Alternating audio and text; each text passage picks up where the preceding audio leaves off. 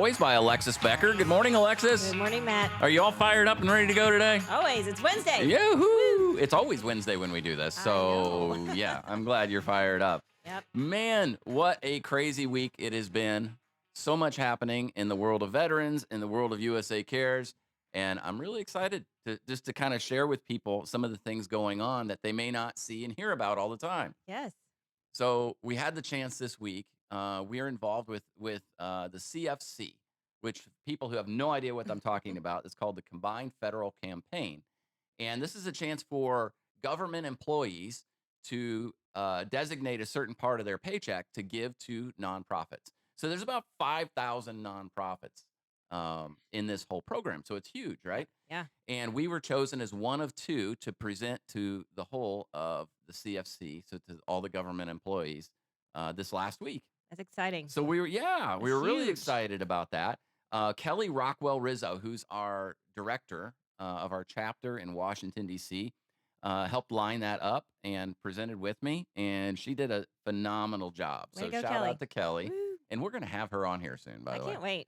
We have to. She She's fascinating. seems so cool. Yeah. I've yeah, yeah. only emailed with her, I think. I don't Yeah. know if actually it's I'm spoken. not cool, so when I can associate with cool people, it somehow You're makes cool me by feel a little better. Yeah, association.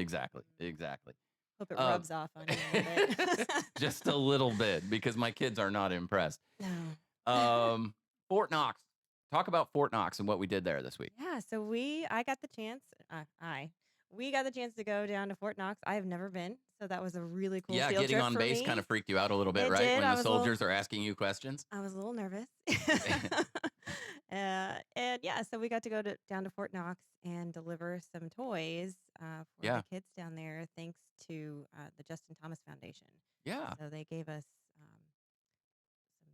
funds to go purchase some toys. So we got to go shopping. Our programs absolutely. folks got to go out and buy some things, and which is always fun. And we set them up by the Christmas tree, and can't wait to see how happy those kids will Yeah. be on Christmas morning. Well, it was so cool to be able to. I wish Mm. Justin could have been there with us, Yeah. because he would have it would have put a big smile on his face for sure.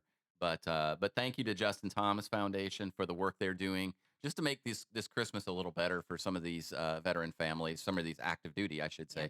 say, families at Fort Knox. And it was just really exciting to spend some time with some really amazing soldiers down hmm there, get to know them a little bit, One of and my favorite things was this huge, tall Jack soldier carrying a Barbie doll. I I'm hope like, you got that picture. oh, I did. Okay, good. It Good, was, good, good. there's nothing like seeing that like softer side. Yeah. Like you see this big soldier, strong man, and then you got this cute little Barbie. I wish I'd seen that. I didn't see that. You're on the other side of the tree. Oh, Yeah. okay. All right. So a couple of the people I want to mention, the Coles Foundation, they came through and with a nice grant for USA Cares this month. So thank you. Just so many people coming out of the woodwork wanting to help, wanting to not only support veterans and their families in need, but just wanting to make Christmas a little better for people. Yeah. So It's a tough time. We're still powering through this pandemic, and yeah, so a lot of people still struggling from the job front. Homelessness is still knocking on the door for a lot of people, and we're gonna do everything we can to prevent that from happening. So really cool. So you know how when we have guests on, a lot of times there's a weird like story and tie-in, and how did this person get on? yeah. That whole thing. So this guest today is kind of that way too. So we had on. You remember a few weeks back we had on Bruce Matthews with Clean the World. Mm-hmm. And Bruce and I have messaged back and forth for a long time. And he sent me his message and say, "Hey, I got this guy you need to meet and you need to talk to. His name is Nick. He's got this organization called Stop Veteran Suicide." And he said, "You need to talk to him." And that's pretty much all he said. So I said, "All right, I'll reach out and set up a call and see what I can learn about this guy." So I would like to welcome to the podcast for the first time, Mr. Nick Black. Hello, Hi, Nick. Nick. Hey, how y'all doing? Thanks for having Great. me. Thank you so much for being on. You got Um, it. so your story really was fascinating to me, because you not only served in the Army, and thank you for your service, by the way. Not only served in the Army, but it's what you did during and after that I think is really, really cool, with Stop Veterans or Stop Soldier Suicide. And Would you talk about that for a minute? Kind of talk about your path and how you've gotten to where you are? Yeah, so it kind of all traces back to 9/11. So I was a senior in high school at Langley High School, which is about a mile away from the CIA. Mm, When the planes were up, I was vice president of school, and the principal called me to his office and said, "Hey, Nick, you got to walk around and talk to the kids." yeah. We had a lot of parents that are at the DoD, the Pentagon. They were at working at state, and I'll never forget that day. I'll never forget walking Yeah. around, talking to these kids that are terrified. And I was going to go to West Point play football, but happenstance, I got into Johns Hopkins University, offered an ROTC scholarship, and was going to play football there. So I went there, commissioned 4 years later, and had the opportunity to join the 173rd Airborne out of Mm, Vicenza, Italy. And I deployed with them in 2007 for a 15-month deployment on the border of Pakistan. And then my company wow. went to a place called Tillman, which was about 2 kilometers away from the Pakistan border. And we fought every single day, whether it was Wow. rockets coming in or we're going out hunting guys, we got after it. And as an act of God, our company of 120 men was the only company in I think about eight in the 173rd that didn't lose anybody. That's amazing. Um, That is amazing. yeah, it was incredible. And I've been in fights with guys with bullet holes in their shoes and their shirts. I've had guys get hit right square in the forehead and had their nods mount save them. And when I came Wow. home 2 weeks later, one of my soldiers took his own life. So I went After back to making it through Afghanistan. all that, they Yeah, come 15 home. months. Are Yeah, you and serious? Wow. yeah, he was a 19-year-old, and he took his own life. He was attached to us from Fort Bragg, and right outside the exit of Fort Bragg. Mm, So I went back, yes, and I got an email that from my good buddy of mine from undergrad named Brian Kinsella. And in the email, he was in the military as well. So we've lost more servicemen and women to suicide than the enemy, and that really pisses me off. yeah. I I think about dedicated that my all the time, Nick. We throw around that number of 22 a day, which I'm not sure is completely accurate. no But one knows what the number is. yeah, nobody knows what that number is. But imagine if we were still in conflict right now and we were losing 22 soldiers a day to combat, people would be going nuts. Yeah, we'd be getting our I mean, ass it'd be kicked. all over the news. Yeah, it would be everywhere. We're getting our ass kicked by this is the new battle, right? Yeah, So yeah, Afghanistan was brutal for me and a lot of my friends. right. What happened, this year, but now this is the battle in front of us, and we got to win it. This Absolutely. And you're right. doing So your part. So you start this organization in 2011? I think so. Is that 2011, and yeah, maybe well, 2010. that's what I read on your LinkedIn page, so I'm assuming that's right. Then I must be right. Yep, So how was that how hard was that to get started, and how many people kinda jumped on board once you did? it's absolutely terrible. Really? I hated every single second of it. Mm, And I did that while going to grad school at University of North Carolina with two other guys. We started together. In the beginning, it was just us, yeah, and it was very difficult. And I working with veterans in crisis, but nothing really matched the challenge set around raising money, and it was yeah, really difficult. And if we zoom forward 10 years later, the organization unfortunately has grown. Um, where our mission is to reduce veteran suicide and national average by 2030. It's yeah, been a very difficult experience along the way, but also learned a lot. And we first 6 years we were really focused on how do we build a model, evidence based, how do we help people. And one of the most profound moments of my life was we won an award from General Milley, and the founders went up to Washington D.C. and they had this huge dog and pony show, which is pretty cool. We went to the mhm, Tomb Unknown Soldier and went down like whatever the barracks is for those guys, all of yeah, them like so tall. yeah. And this young specialist said, "Hey, sir, congratulations on the award." I said, "Oh, thanks, man." He goes, What do y'all do?" I was saying, "Oh, it's stop soldier suicide." So as only a specialist can, he looked me dead in the eye and said, "So when are you going to do that?" And I said, "I Wow. don't know, but that we should Wow. probably figure it out, right?" So it's Yep. this big mindset shift for me of saying we can no longer Yeah, afford to help veterans. We must reduce veteran suicide and national average. And if we're not doing that, then what are we doing? I don't want right. to do. The best day of my life is going to be shutting down that organization when we accomplish. Amen. That's it. And like, in my opinion, that's where we need to start shifting social causes. And Output. I agree. I agree. If we're not working to put ourselves out of business, we shouldn't be in it. Yeah, and so we're trying to lead a different kind of path of how do we actually quantifiably measure a life saved. right? Yeah. When I talk to people and saying, hey, I could solve this whole problem in 15 seconds. How are you going to do that, Nick? Well, tell me what the value of a veteran's life is. Mhm. What is it? 100,000, a million, 5 million? Well, put a market price on that. And then what if I save that veteran's life and I can Yeah. prove it to you? What will you pay me? As soon as we unlock that, this whole problem will be solved. And Lord knows we spend more enough money on veterans between the VA, the DoD, and all our government services that we should probably be able to figure this social issue out. But it's the thing that gets swept under the rug. This is the thing. What you're exposing is what nobody wants to talk about, what nobody No, wants to confront. It's not on the news. It's not talked about much. And that's, to me, that's the most frustrating part of the whole thing.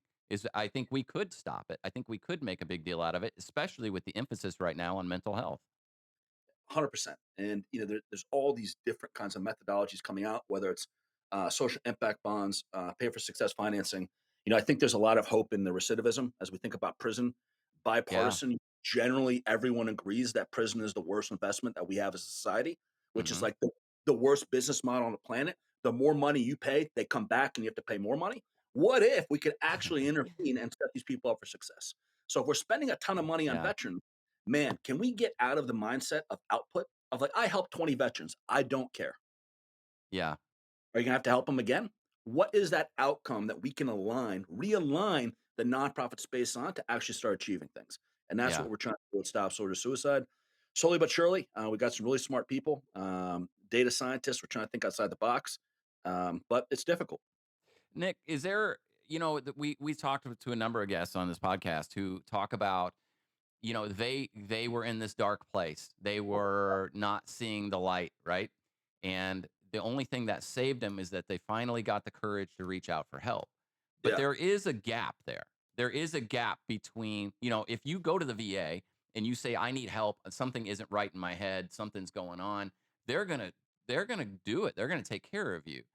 But getting people to get to that point is extremely difficult, and there is that gap there. Is there a more proactive approach, maybe what you're doing, is that more proactive approach to get people to that point where they say, "I need help"?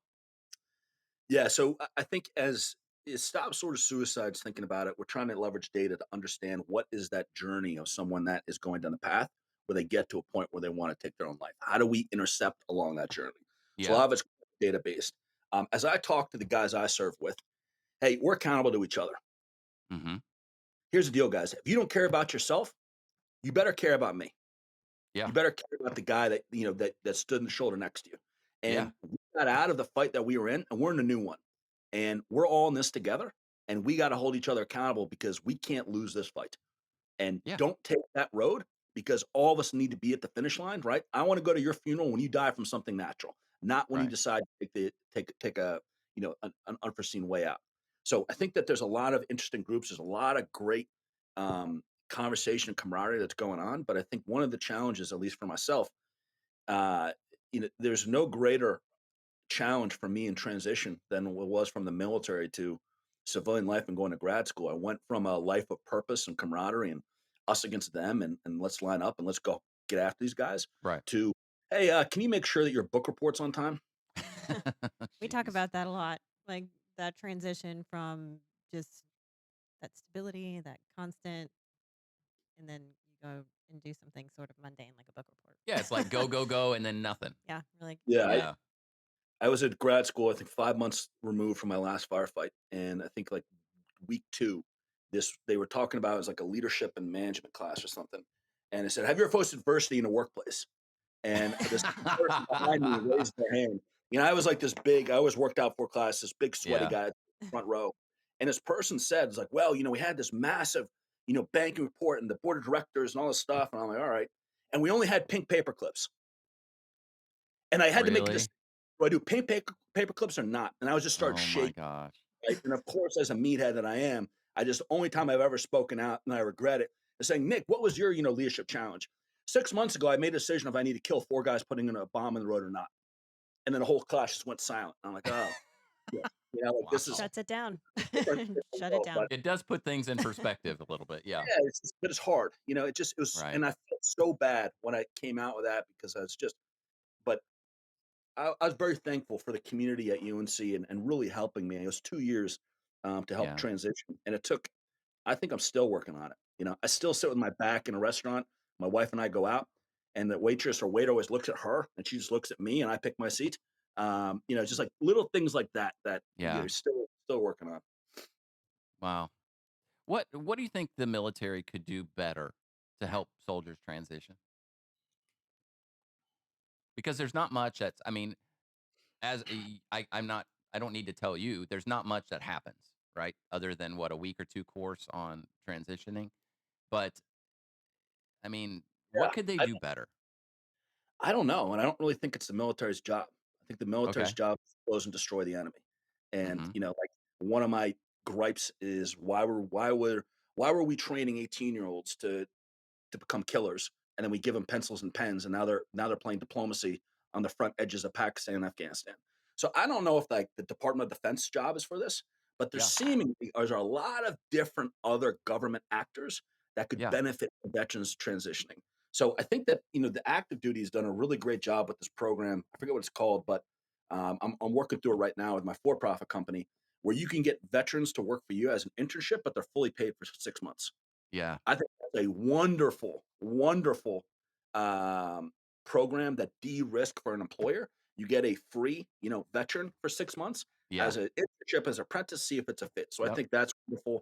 I think a lot of it is also, peers holding each other accountable. And, how can I go upstream and talk to the guys I serve with and give them context and situational awareness for the new world? Because that's what I find also is difficult, Mm. where, at any time I'm working with 2 or 3 veterans, try to find them a post-military career, and invariably they come to me and say, "Gary, what do you wanna do?" "I don't know. Yeah. I can't help you." Right? You gotta Yeah. give me a geography, you gotta give me an industry, and if you don't know the industry, I'm happy to connect you to people so you can learn. Just like a civilian has no idea what field artillery is, Yep. right? You need to have the context of what that means. I have no idea in the Navy. Are they boats? Are they ships? Who knows, right? Yeah. I need to understand that lingo. So veterans need to do the same thing. What is consulting? What do you Yeah. mean you pay someone to come in and tell you what to do? Are you kidding? That's a Yeah. thing? Yeah. And they pay So lots of money. from from our side at USA Cares, Nick, we have a lady that works for us named Paula Presley, and she'll sit down with retiring soldiers and go through their resume with them. And I know you know all about this process, but they'll produce for her this 7 or 8 page resume with so much detail about their military career Yeah. that I would look at it and go, I mean, this might as well be in Arabic. I don't know what you're Yeah. saying to me right now. And she'll have that difficult conversation. Like, people don't want Yeah. to talk about this. They don't need to know about this, and get it to where it's civilianized so they can have those conversations. Yeah. There should be like a Saturday Night Live skit of veterans writing resumes. That's literally one of my Absolutely. soldiers was an incredible warrior. Sent me his application that he was submitting to a bank, and the top bullet was squad designated marksman for his platoon with X confirmed kills. I'm like, number one, Oh I my don't gosh. confirmed kills. Like, that was never a thing. Like, no one knows. Number two, that's not the first bullet you put on a resume, my friend. Yeah, Not for a bank. Maybe something else. Oh, yeah. So, but he's like, well, that doesn't, it means a lot. I know that means a lot, but that's not what they're looking for. yeah. That's not It that. Let's see if we can change that around.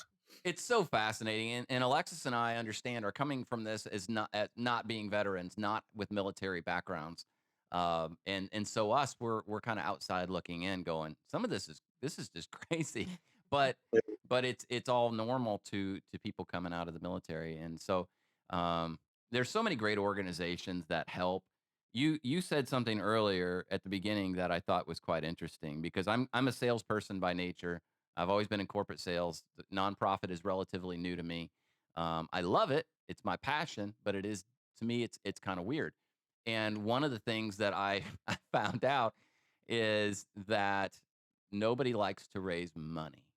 No. Nobody likes to raise money. And to your point earlier, God help anybody who's trying to start a nonprofit and get people behind them with no track record, no history. They just have a heart to help.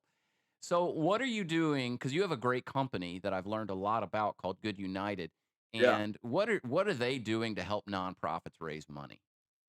Yeah, so Good United, the mission of Good United is democratize a fundraising experience, and that came from experience to stop soldier suicide. So what happens at nonprofits is that if you're not wealthy, you don't really have a great experience, Yeah, that's right? true. Because a Yep. nonprofit has to create efficiencies because we have this magical ratio and this threshold. So therefore, if 100 people give, we're going to put your emails through a wealth screening tool, and if Yeah. you're not popping hot for like over a million or whatever that is, you get put on an email newsletter. Hmm. Right? And that one person, people like me call them and saying, "Hey, Matt, it's great to talk with you. What's your favorite restaurant? Oh man, I'm actually going to be in your town next month. I'd love to take you out." Right? So I'm gonna give you and hustle you. You're So giving what? away the secrets, Nick. You're giving away the secrets. Right, Yeah. right. But like, what if we could leverage technology to create a meaningful experience for everyone? No matter how big your wallet was, you deserve to have a great relationship with the Wounded Right. Warrior Project or Stop Source Suicide USA Cares. So that was really the thesis of Good United. And where we're able to take that is realizing that people want to give simply and where they spend time. So that's a Yeah. long-winded answer saying we empower nonprofits to connect, right, and build Yeah. relationships with people wherever they are, whether that's in Facebook or in Instagram. That's really the driving thesis behind Good United. And in connecting with people where they're at and building those relationships, we can provide exponential return for the nonprofit partners that we have the honor to serve. Well, and I've learned, so much about you all in the last probably couple months, and it really is amazing, Alexis, what they're doing and helping Yeah, nonprofits get off the ground because so many of them are stumbling trying to figure out this fundraising piece. So, just a tremendous tool. indeed. What's It is. But and I think people, and it makes me mental, right? But like if you have a fundraising event, it's saying, "Oh wow, it's really nice of this hotel to donate this room." The hell they did, Don't we know it? right? nothing is free. Then you're in a Yeah, catch-22 of saying we have a massive upfront cost, right? yeah, We have this cost hurdle that we need to get through to even make a return. And then you get mad at me when I say the return's only it took $50,000 to raise 100,000 and you're pissed. So yep. what does the public want us to do, Right. Well, I right? think there is to me, again, I'm the weirdo coming in from the outside. This is nonprofit is not my thing. But to me, it's the public's responsibility to support a lot of these nonprofits in some way or another that are helping all these people. And when I've had conversations with hotels, you mentioned hotels, I've had Yeah, conversations with hotels who want to gouge us because they had a bad time during COVID and they're going to make up their money off a nonprofit. I said, "Do you right. realize how many veterans are going to die because of what you're doing?" And it's just the line goes silent. And they're like, "What do you mean?" I said, there is somebody at the end of this. There is a life in the balance. And a lot of these companies, a lot of these people need to accept their responsibility. And many of them have to Right. say, hey, we're going to do our part by helping. Sure. Doesn't mean you give everything away, but it does mean that you're reasonable. Yeah. Well, I think there's opportunity to align to the business value that we can create. And Yeah, especially Christians, we're very fortunate. There's a lot of other sectors in the social world that don't get as much praise or but we have this opportunity, all these organizations that serve veterans, we can accomplish something. We have the public's absolutely. goodwill, right? And I don't take that for granted because seemingly whenever I think something's going well, I get introduced to a Vietnam veteran, Mm, and it's always humbling to talk through the experience that they had. And just pride. I mean, I can't imagine what it's like to be a Vietnam veteran. One of my good buddies, his dad was telling me that he wore his uniform in Times Square because he was so excited, and someone spit on his shoes, and that sticks with him for the rest of his life. And I wow. can't imagine what that's like when you watch guys like me come home and Budweiser's, shooting beer in the air with Clydesdales marching us down our home streets. So it's Wow. we have the opportunity and it's our responsibility as veterans right now to win this next war. And we Yeah, can do it because it's just us. There is no right. government, we don't need the politicians, we don't need generals, we don't need a chain of command. It's us holding each other accountable to win this next fight. Mm. So if somebody wants to help stop soldier suicide, how do they do it? Reach out to a veteran and see if they're doing well, Okay. and just see how they can build that community camaraderie. If they want to help out stop soldier suicide, get involved through the website or through the social channels. We're taking a different tact for sure. We're working on this project we're really excited about called Black Box. We have data scientists from California and all across the world collecting devices of veterans that took their lives and trying to use forensic analysis to map out what does that actual experience look like. So Yeah. we need capital to fund that project. So, like, fundraising is always great. But Right. most importantly, at the end, especially if you're a veteran, reach out to five guys today, right now. Yeah. Right? Yep. Tell a stupid joke. Tell something that that everyone else in society would just like say, "I can't believe you would say that." Right? Get ingrained with them and continue to build that rhythm, that relationship. Because I've lost guys that I Absolutely. thought were good, and I wish. Right? I look back and I wish I would have sent that one note. It's such a great point, and we are, I am by nature a fundraiser, but I would much rather somebody call 5 people than give us $1,000. It's gonna go much further if you just reach out to that community and Yeah, have that conversation. because you never Absolutely. know. I And mean, that would be more impactful. To Oh, by far. Yeah, we wanna put ourselves out of business, right? right. So, that would do it, but for sure. so what's next for you, Nick? What you've got all this stuff going on. What's next with the organization with Good United? Where are you headed? Yeah, I'm an idiot. So I focus on the challenges that really get me fired up. So I have two missions that I want to accomplish. One, Yeah. stop sort of suicide. We want to reduce veteran suicide national average by 2030. And at Good Mhm. United, we want to democratize the fundraising experience by 2027. Mm. So I'm laser focused on doing both of those. And then I'm sure I'll find something else that makes me angry and then move to that. But right now, we got our hands full. Yeah. We're doing everything we can. The road's not easy, but I have Winston Churchill quotes all around me everywhere. So it keeps me going. So it's going So, to be a hard, road, but I'm fired up for it. how you're obviously a motivated person. You're a fast-paced person, always moving. Who are the people that you've come across in either nonprofits or corporate, and say in the last 10 years that have really inspired you, that have really pushed you and motivated you to do more? That's a great question. Um, I get inspired by there's a woman named Jessie Earl that works for Best Friends Animal Society, and she was on a podcast that we did for Good United. And Best Okay. Friends Animal Society wants to see a world where there's I always get the phrasing wrong, but zero kill shelters, or Mhm. essentially they don't want any kill shelters in America, and they want to Okay. do that by 2025. And the things that motivate me the most are the opportunity at Good United to be able to see into these organizations, and the Yeah. ones that have definitive missions where they have the courage to put something out there and march towards it. And Yeah. she said that to me, saying, "Whatever it takes, I'm there with you, right? Let's accomplish the mission." And That's I think awesome. a lot of the time in the nonprofit sector, we don't put that big, hairy, audacious goal out there and saying, "Guys, let's rally," right? That's motivating to me.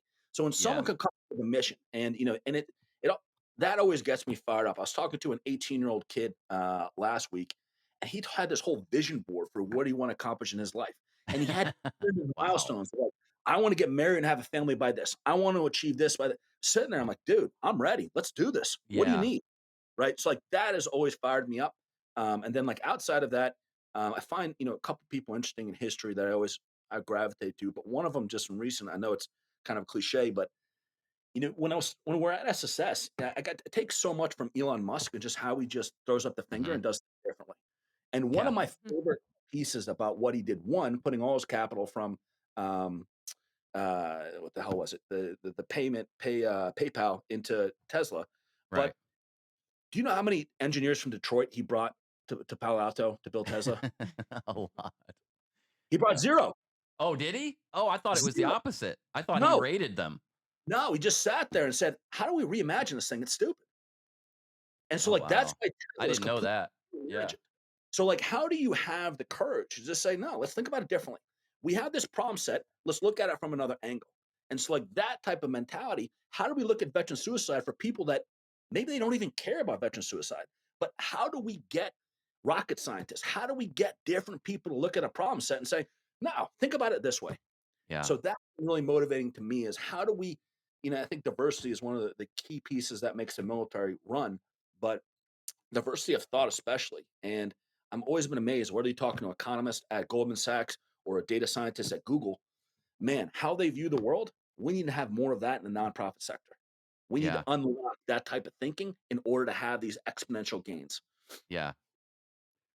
I agree with you. I think, again, I can only relate to my own perspective, but I think, sitting in a room on a military base talking to 6 or 7 exiting soldiers, and they're Yeah. looking at their long, impressive resumes, and I had to admit to them that I probably wouldn't hire any of you. And they looked at me like what a jerk. And they're like, what are you talking about? I've done all these things for 20 some years. And I said, I understand that, but I can't relate to any of it. You haven't made any of it relatable. And the 100%. conversation morphed into something really, really cool where they're asking a lot of questions. Well, how can I say this differently? What kind of verbiage can I use? That sort of thing. And it's exactly what you're talking about. It's getting that outsider perspective and not just using the intergovernmental jargon that can get people in such a cycle that it's not productive. Matt, you're absolutely spot on. I think one of the most undervalued segments of society are senior non-commissioned officers. Yeah, They might not have a college degree, but if you want project management, if you want execution, if you want unit economics and driving, you find an E6 or an E7, they yeah, will make it happen. And in this civilian world, I talk to people and saying, hire this person. Like you don't need like I'll explain to you, I'll translate. This yeah. person has led 1,200 people, multi-million dollars worth of equipment to a Mm. gnat's ass detail to keep things aligned. They'll be okay with your, dry shirt, your dry right? Like, Yeah, yeah, just like to your point, it's the translation. How do you translate that experience? Because it doesn't yeah. they don't have a college degree, but when I see an E7 from an airborne unit that was a platoon sergeant, yeah, you're good. Mm, I know what I you can love do. it. Yeah, I love that. That's so good. So we're gonna reach out. We're gonna encourage people to reach out to their communities. Um, that is help me relate this. I always have a hard time verbalizing this, Nick. Yeah. Um, we get calls from veterans who need help. They're Yep. desperate. They need help. And I'm kind of jumping back to something here for a second, but you mentioned this is what's sticking out to me. Call 5 people today. Call 5 people today. I wish the public could hear the phone calls we get every day in our Right. office. I wish they could understand the single dad with 3 kids who's living in a hotel because he doesn't have any money and he's getting ready to get kicked out of that hotel and he's Right. desperate. He's at the end of his rope. He's looking at having to give his kids to somebody else because he can't take care of them. And where do you think his headspace is? You Yep. know, when we're talking about people like that, talk about what that phone call means. It means everything.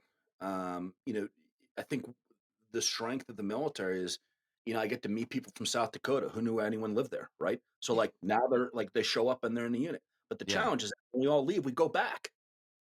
We yeah. go back to these places. We go back to these towns.